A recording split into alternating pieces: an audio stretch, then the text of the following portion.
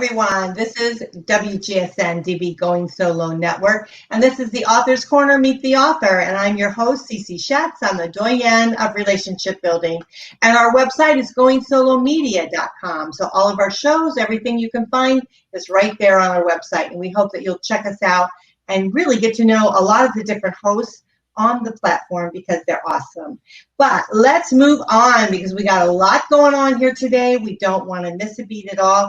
Our Author's Corner is one of our very finest, I think, and one of our very popular Author's Corners. And we do appreciate all the authors that come on, share their journeys with us, which is the most important, I feel, and their wonderful books. So let's bring our wonderful guest right here forward. Here she is. It's Rebecca Rising, and her book is Rebecca Rising, How I Found Courage and Self-Love Through Friendship, Coaching, Conversations with the Moon. And here we have Rebecca M. Thompson. Hello, Rebecca. Hi, Cece. Thank you so much for having me today as your guest. I am delighted to be here. We are delighted to have you. I tell you, your book really kind of hit home for me because, kind of seeing your journey a little bit, understanding your journey a little bit, it made me really, really feel connected. And so share with us a little bit about the journey of not only just your life, but the journey of why you decided to write a book. Sure, absolutely. So I started life as a small town girl in Western Pennsylvania, and I was raised in the Presbyterian church and, sang in the choir and did all that stuff. And I went to college at Penn State and I majored in industrial engineering. And there I met and married my college sweetheart.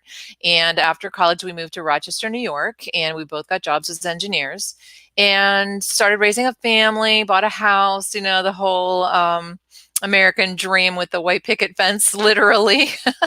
Got a dog and started raising 3 babies. And my ex was a good engineer and he was very ambitious and he started his own business. And everything was going, just kind of according to plan until it wasn't.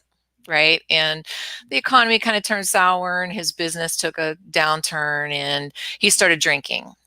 So he was drinking very heavily to the point where,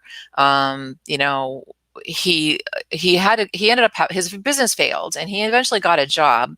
But he started into this cycle of getting jobs and losing them. And we had to move a couple times for his job. And things just seemed to be spiraling out of control. We weren't paying our bills, we had credit card debt. And, I was still continuing to hold down my career and manage the household and raising the kids. But I was increasingly unhappy and frustrated. And I kind of embarked on this, what I now see as a spiritual journey.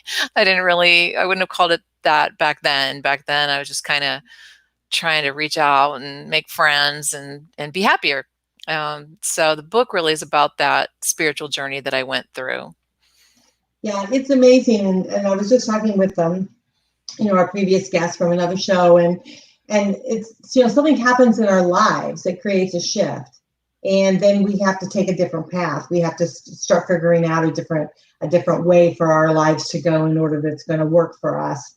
And so yours was, basically you needed to move beyond your marriage. You were moving beyond your marriage and you needed to be able to do that.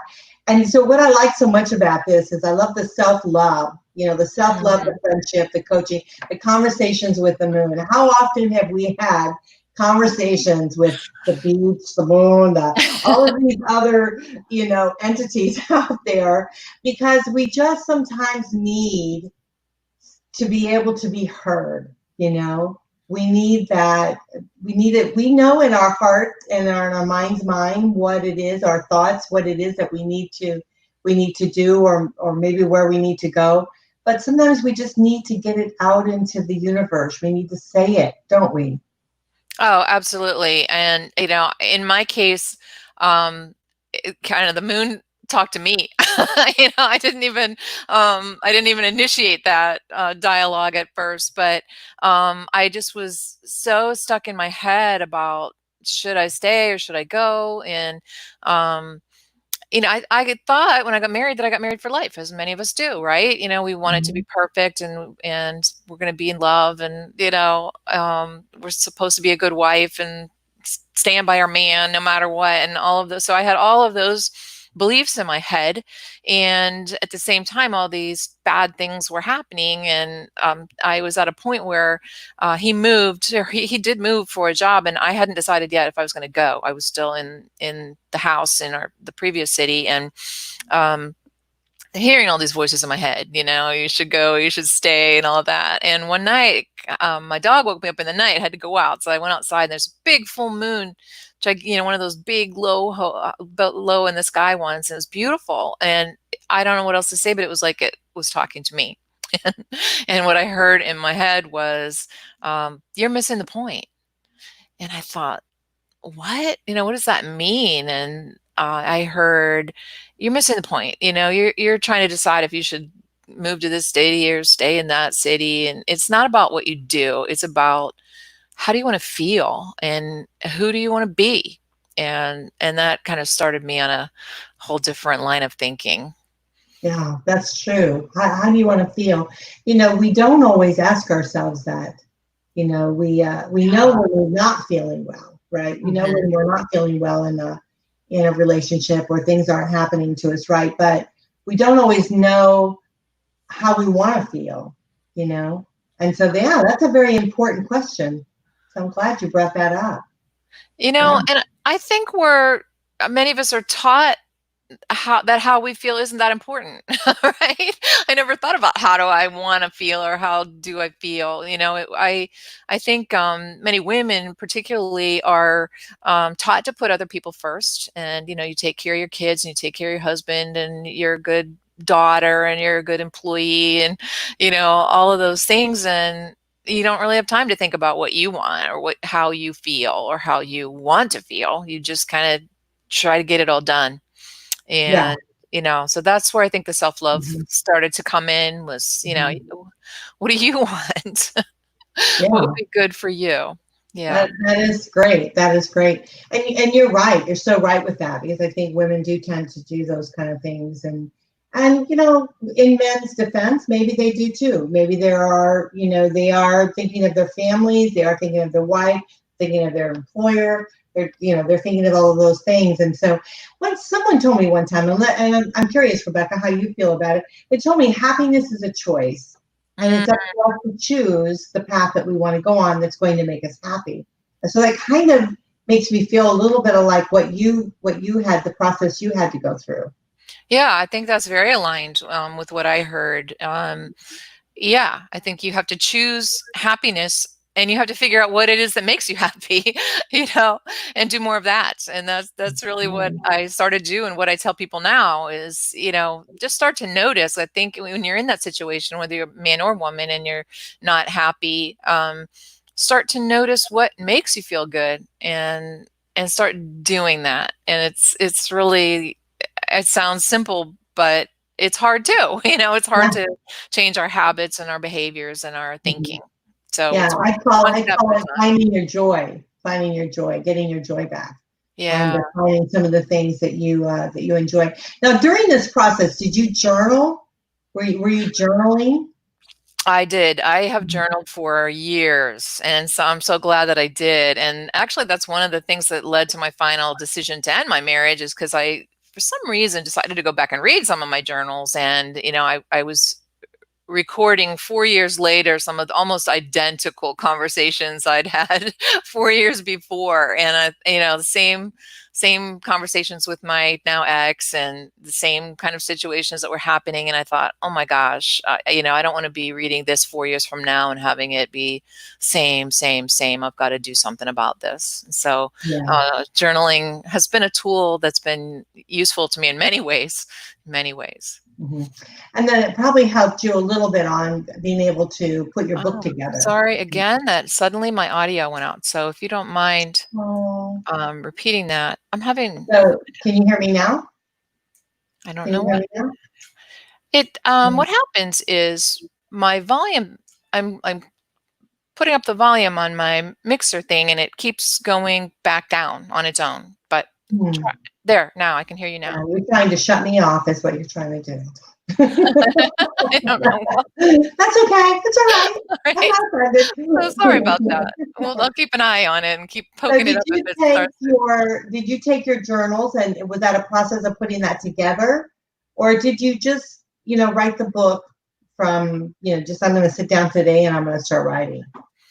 It was kind of a combination. I actually outlined it, and then I started writing. And then as I wanted to flesh it out more, I would go back to my journals and then actually just I'd read it, and then I'd just kind of sit with it for a little while and just try to remember some of the dialogue and, how I was feeling to kind of make it come more alive. Because I found kind of my first draft through it was just sort of recording events, and then I wanted to make it more real, more active. And so it was kind of an iterative process of going back and reading the journals and bringing more life into it. Yeah, it's very interesting. And I think it's good to share that, because those out there that are thinking about writing their story, or, a book or something like that. And I think we all have a story within us, right? I'm And sure that's true. to understand the processes that might help them to be able to do that, which is really a great tool. I had to write one time. I wrote a collaborative. I'm in a collaborative book, and I wrote the book, just one chapter, right?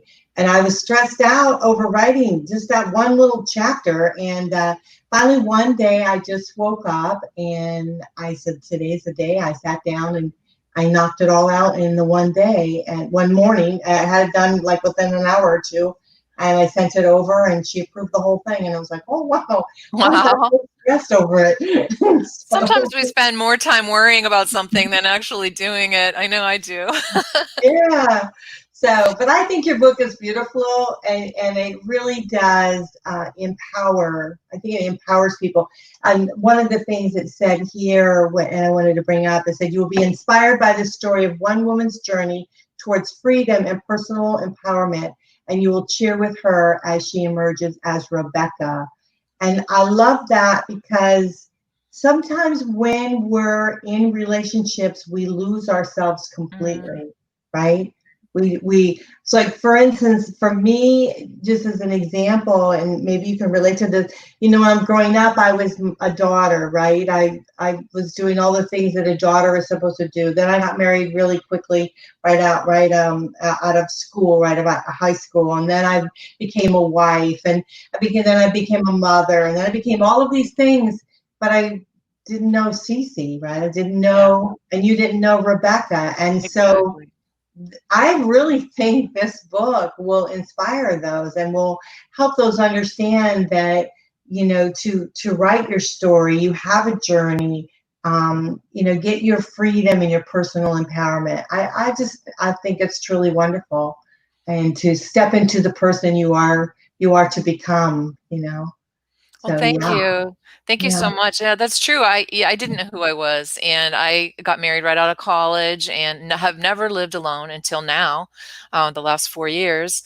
So I didn't know even, who I was on my own. So I think that was very important. And I didn't change my name. My name's always been Rebecca, but I went by Becky for most of my life. So from the time I was a little girl until just maybe 4 or 5 years ago, because I changed so much about my life. I got divorced, I moved across the country, got a different job, and I wanted to honor that. And so when I moved to California, I started going by Rebecca. So through most of the book, you'll see that, I refer to myself as Becky, or other people refer to me as Becky. And then I literally changed my name and started going by Rebecca. So that's, I just Yeah. wanted to honor that transformation.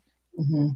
Yeah, I think that's very good. It's you are a different person than what you were before, and you're really stepping into the person that you are to become. And what I think is so neat is that we're not over that journey yet, and we can step into a little bit further into our lives as we want it to be. So let's take a quick break, and when we do that, let's talk about your future and what it is that what you found as you've moved through your life, and where your next step is going to be. We'll talk a little bit more about that.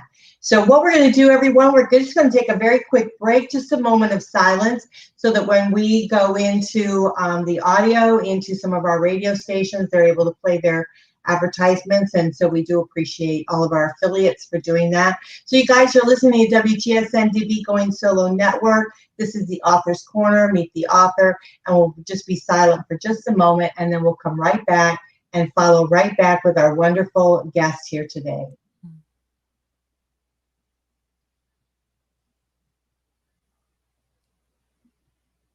Okay, thank you everyone for hanging with us. This is WGSN-DB Going Solo Network. You're listening to the Author's Corner, Meet the Author, and I am Cece Schatz, a doyen of relationships, and this is the goingsolomedia.com. That's where you'll find all of our great shows and all of our wonderful hosts on there. Each and every week they do awesome shows. So we have with us today Rebecca B. Thompson, and she wrote the wonderful book, Rebecca Rising, How I Found Courage and Self-Love Through Friendship, Coaching, Conversations with the Moon. And so you shared a lot with us on the first part of the show. And so tell us a little bit about what are some of the joys that you found in life now that you're stepping into really who you're becoming. Yeah, so much. I mean, just the freedom from the alcoholic husband, and I don't want to, dwell on that, but just I was at a point where if I saw his truck in the driveway when I came home, it just kind of, my heart sank, so now I'm living alone for the first time in my life. I'm finding out who I am. I'm having fun with that. I live near the beach, which I always wanted to do. I thought that's something I would do after I retired, and but I'm able to do it now, and so that's a wonderful, fun experience for me.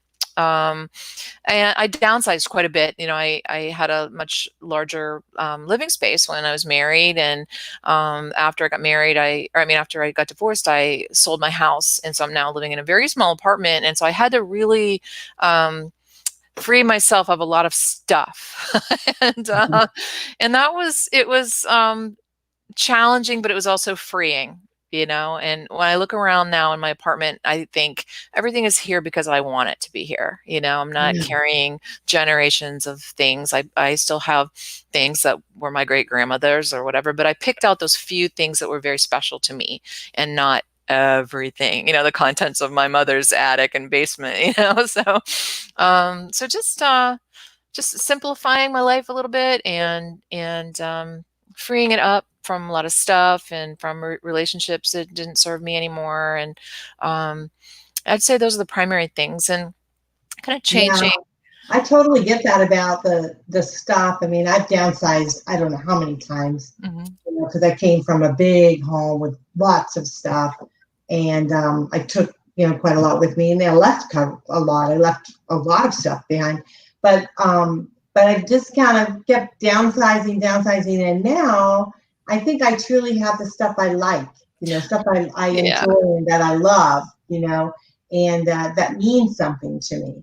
And so, yeah, even though it might have been something that I had shared with someone else, it was something that I love. So, and that's a nice feeling, to surround yourself with things and items that you feel good in your space. Yes. You feel good.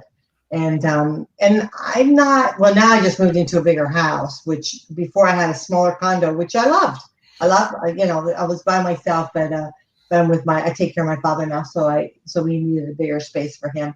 But yeah, I totally get what you're saying. And, the other thing was, I found that I started making friends and sharing my life with people that I enjoyed having in my life, not people that I had to have in my life. Right? Yes. Right. Exactly. Yeah, exactly. And I think learning to say no, again, it is. It's hard. And, sometimes it's people I love that ask me to be part of an organization, and it's a worthy organization. And I sometimes feel like I should want to do that, but I don't. But, and I've sometimes agreed to things and then later said, you know what, this isn't for me, and resigned, just even though like I said, it's a worthy organization, and it's just not right for me right now. So I'm still learning that, how to spend my time in the best way for me and not giving into other people's requests all the time. Yeah, that's very good. That's very well said too, because I think that's important. And it's a learning thing that we go through as we're processing. So what do you see yourself in the future? Now I know you have another book. I want to make sure I mention that before I forget. You have another book, and it's called Sunday at 8:30. Tell us a little bit about that before we step into your future. Okay, I can kind of lead into the future with that, actually. Okay. So yeah, I wrote a book with my friend Darlene Ryan, and she's a major character in my memoir, Rebecca Rising, as well. And you'll notice in the memoir that I always seem to be talking to her on Sunday nights, and so that's where the title of the book comes from. We have developed a life planning process that we've used for over 20 years, in which we create a vision for ourselves and we set goals in different areas of our lives. And then we meet, we talk on the phone every week. And when we first started, we were living in the same city in Rochester, New York. And then I moved away, and sometimes when you move away, you're not sure if you're going to be able to keep in touch. And we were both crying and not sure if we were going to be able to maintain our friendship to the level that we had in the past. But we made a pact that we were going to talk on the phone every week. And we have done that. And for 16 years, I moved away in 2004, and we talk every week on the phone. And through kind of a trial and error process, Sunday at 8:30 is the time that we landed on as being the most convenient time for both of us. So the book title just kind of popped out of that. But the book describes the life planning process that we use. It has worksheets in it for people who might want to create their own life plan and their own goals for themselves and vision. So it has a whole set of the worksheets that we use. And it also has examples of goals that we've set in different areas of our life, whether it's spiritual, mental, health, financial, career, all those kinds of things. And then we talk every Sunday with each other and kind of compare notes. How are we doing on our different goals? We don't talk about the plan every week. Sometimes we just chat, but we do check in regularly. And I think that has helped us achieve a lot of things, and has stood the test of time with us. So I have started, well, that's really where my memoir came from. Darlene said to me, why don't you write a book about your spiritual journey, or a chapter about your spiritual journey for our book? And I started writing it, and I said to her, I think this is more than a chapter. And she said, go ahead, make it a whole book. So that's where Rebecca Rising came from. And so that's out there. And now the Sunday at 8:30 book is out there as well. And I'm putting together an online course based on that life planning process. So that'll be available soon. And I do coaching on that using the Sunday at 8:30 life planning process. So those are some of the things that I'm up to now. Yeah, that's wonderful. I didn't realize that you do coaching. I think that's very important. Beginning of the year, I did a video about doing your goal setting, breaking it down into the various different areas, that you need to do. Are you losing me again? Yeah, suddenly, I don't know. I didn't do anything. I swear I didn't do anything. I just keep. I hear my ex. No, I'm just kidding. But can you hear me now? Yeah, now I can't hear you. How about now? Yeah, now I can hear you. Okay. Are we back? We're back. I don't know why it does this. Yeah, I don't know why it's doing that. So can you hear me now? It's the Mercury retrograde, I think. Yeah, never know.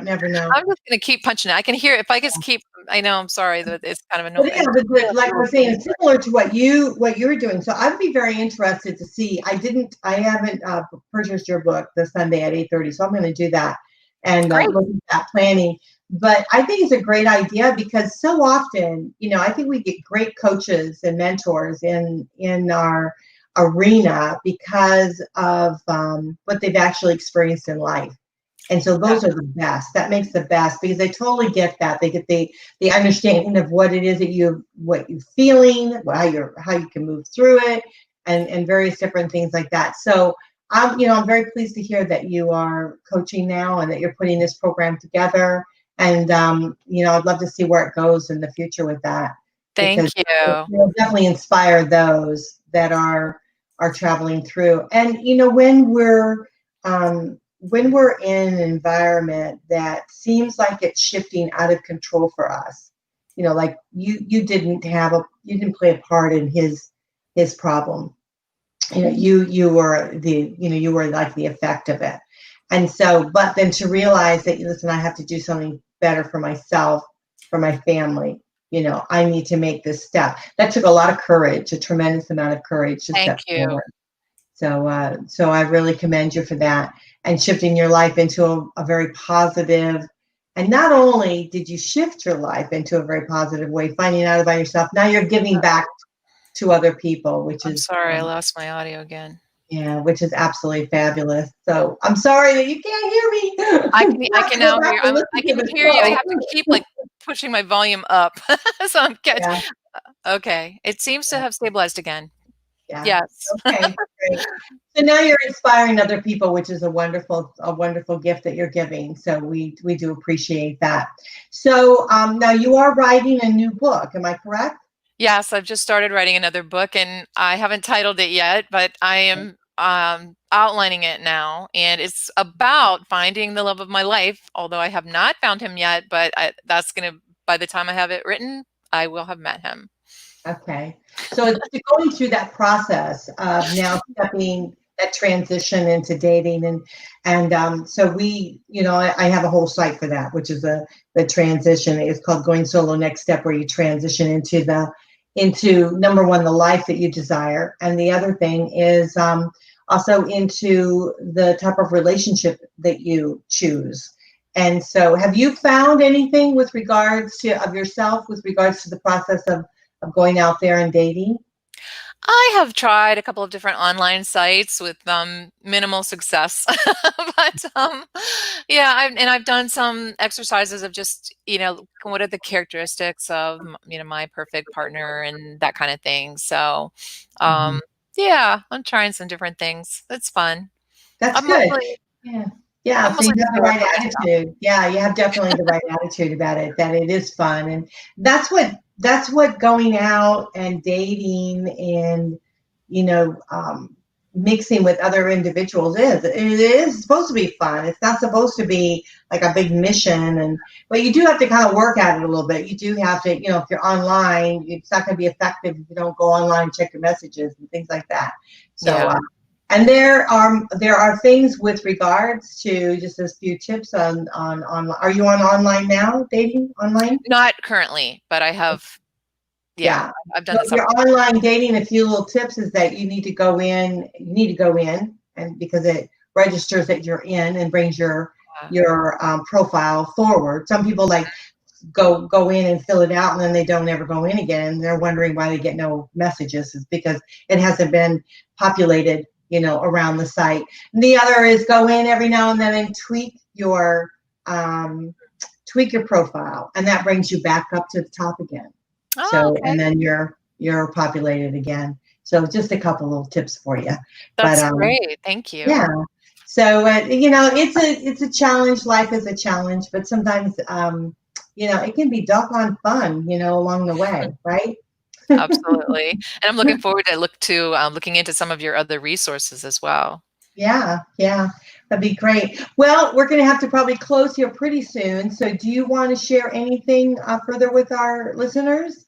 I would just say if I could leave them with one piece of advice, it's just to realize that you have more power than you know, and that you do have the ability to create the life that you want. And so go for it, because you're worth it. Wow, that is so true. It most certainly is true. And we want to thank you so much. And I'm looking forward to exploring the program that you're going to be having out. And hopefully we can send some people there, and maybe they can also be as equally as inspired as we are here today. So I want to thank you very much for being on the show here. Well, thank you, Cece. It's been my very great pleasure to be your guest today. Thank you so much. It's great having you. And when you write the next book, I hope that you will reach out to me, and we'll definitely get you back on. Okay. I'd love that very much. Great. Thank you. Okay, well, that's great. Well, listen, guys, we're going to have to go. Just want to make sure that you all know our information. It's goingsolomedia.com, and you're listening to the Author's Corner, Meet the Author, and I am CC Schaff, the doyen of relationship building. If you'd like to send me an email, just send it to goingsolonetwork@gmail.com. We would love to be able to get your information. Also, I just wanted to share with you, we do have a sponsor on our show and some of our other shows here on the goingsolomedia.com. It's Questfine Jewelers. You can reach them at 877-860-0826.